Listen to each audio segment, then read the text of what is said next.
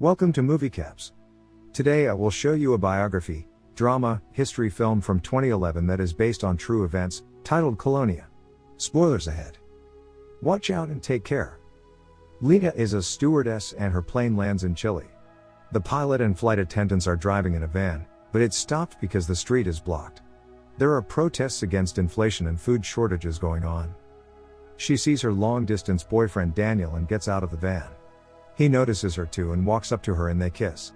She wanted to surprise him so she didn't tell him she was coming. They go to his apartment. She looks around to see photographs and posters and says he's been busy. He says he didn't come to Chile for nothing. Lena says he has passed the home inspection but he still needs to be searched and they make out. Later he brings Lena to a meeting of his movement. He is brought on stage and gives a speech. He came to Chile 4 months ago, and it has become his country. Daniel believes that they all need more solidarity and that the suffering of many shouldn't be the foundation of wealth for a few. The crowd cheers. Next morning he makes breakfast but seems to have forgotten to put on pants. She grabs his camera and starts taking photos. He chases after her and says "I love you" and they start kissing. Later he's developing the photos. She compliments him on having a great eye and says they have gotten so much better. When they get to bed, Daniel says he can't believe she has to leave in 2 days and asks her to stay with him. Lena says she can't stay but maybe he can come back to Germany. Following morning Daniel gets a phone call. He is informed that there's been a military coup, General Pinochet has taken over, President Allende's supporters are being arrested and that Daniel's posters at the university were confiscated. They are coming to his apartment so they have to leave immediately. When they get on the street people are being lined up by the military. He starts discreetly taking photos of the chaos. A shot is heard and people start running in panic but the military chase them down and whack them. He's still taking photos and starts walking closer for better shots but gets noticed. They take his camera and start beating him as well. Lena tries to stop them but her attempts are futile. They are brought to a stadium. Daniel says they're foreign citizens but is ignored, receives a blow to the stomach and is ordered to get in line and stay quiet. A general informs people that law and order is being established in Chile and everyone who's there by mistake will soon be released. Soldiers have orders to shoot everyone who moves or talks. They are brought to the middle of the stadium where a chopper lands. A general and a man with a bag over his head walk out. He points out Allende's supporters from the crowd. The first one gets taken away but the second voices his support for their opposition and is shot. He gets past Daniel but takes a second look and tells them he made the posters. He is taken to a bus and driven away. Lena is released from the stadium. There are dozens of people looking for their loved ones.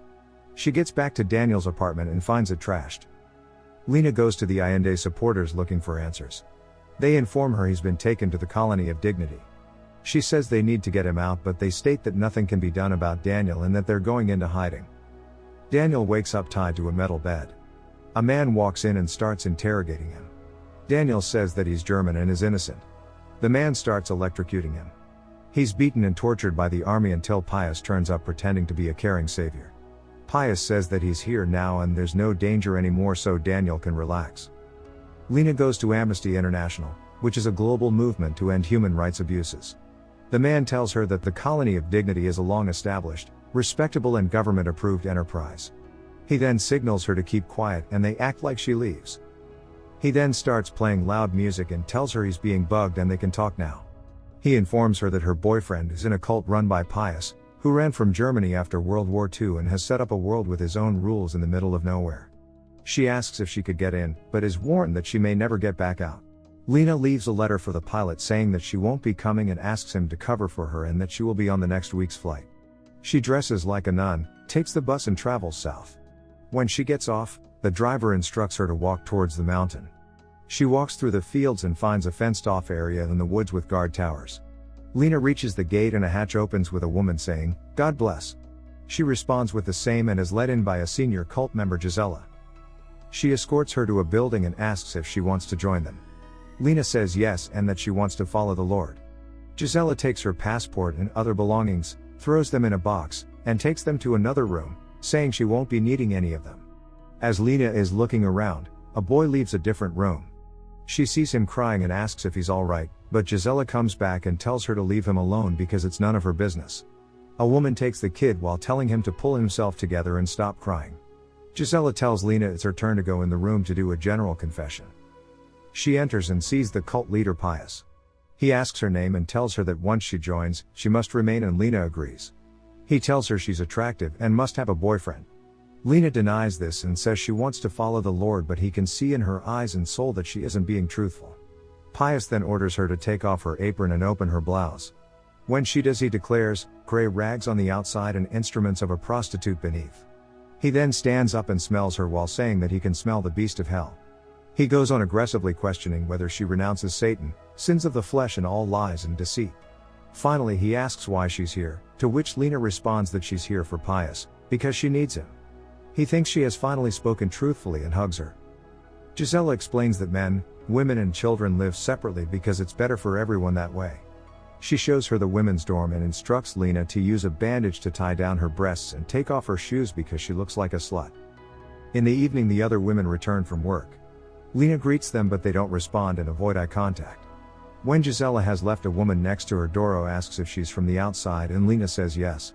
Doro starts giggling and asks if she can tell her a secret and says she may be getting married soon. Lena is confused because men and women live separately.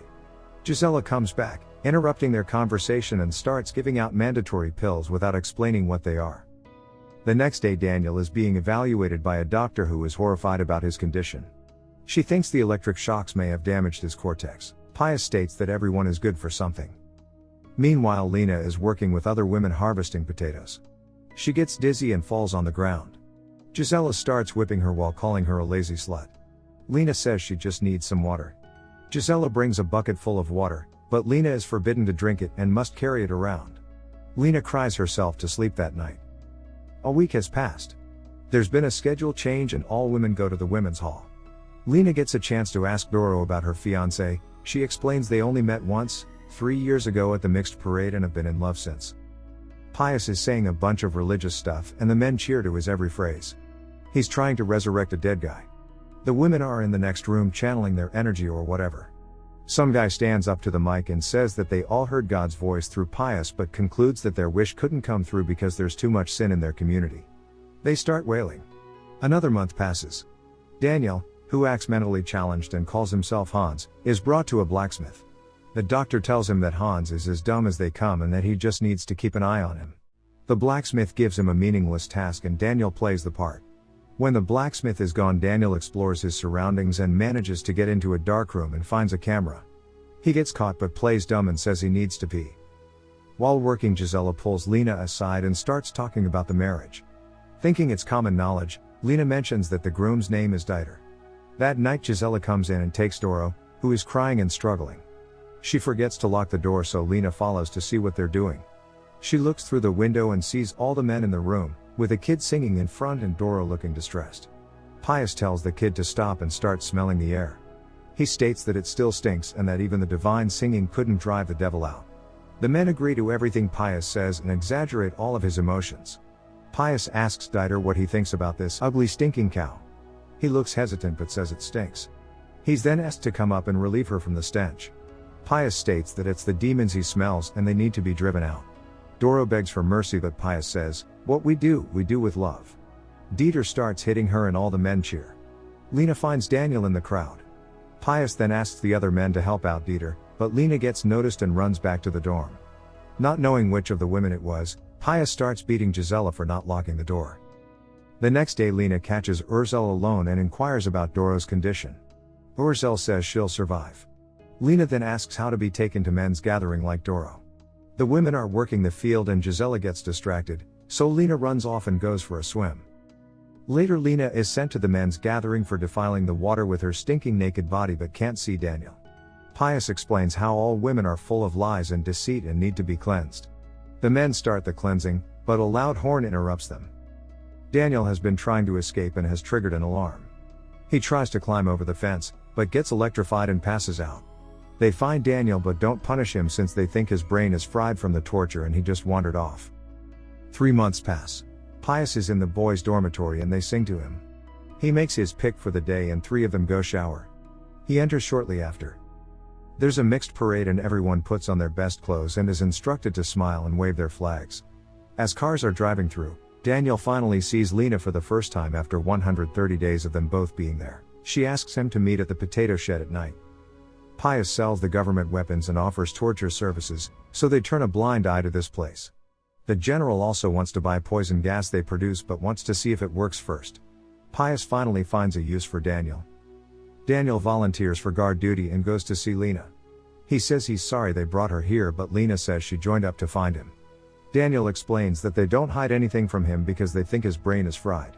Men, women, and children are separated because a family gives a sense of belonging. Once in a while he allows them to meet to make children, but takes the kids away from their mothers at 3 months so they never even know their parents. As they're talking, he steps on a hatch and he climbs down to find a lit tunnel. Gisela comes back for Lena as her shift is over. Daniel stays down and explores. When he finds the room he was tortured in, he gets flashbacks and decides to smash the equipment. The next morning Lena is asked to see Pius through the speakers. He rambles about how you can't trust women with brains because they lose their way easily and instructs her to spy on Urzel, because he can smell that she's up to something. He arranges for them to see each other more. Lena knows that Urzel hates being here, so they are honest with each other. Urzel says she was brought to the compound when she was 9 by her mother Gisela. Later that day Daniel is having a medical examination. He's drooling and repeats random words people say.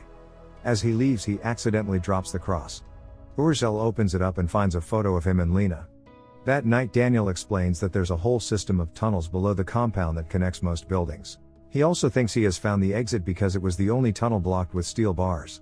They have to leave tonight because the poison gas will be tested on him tomorrow. Daniel wants to expose this place, so he took a bunch of photos of the tunnels with the camera from the workshop. Lena says they wouldn't even be here if he didn't take pictures in the first place. They are interrupted by the sounds of Gisela's tractor and Daniel goes back in the tunnels but drops one of the photos and Lena hides it under a bucket.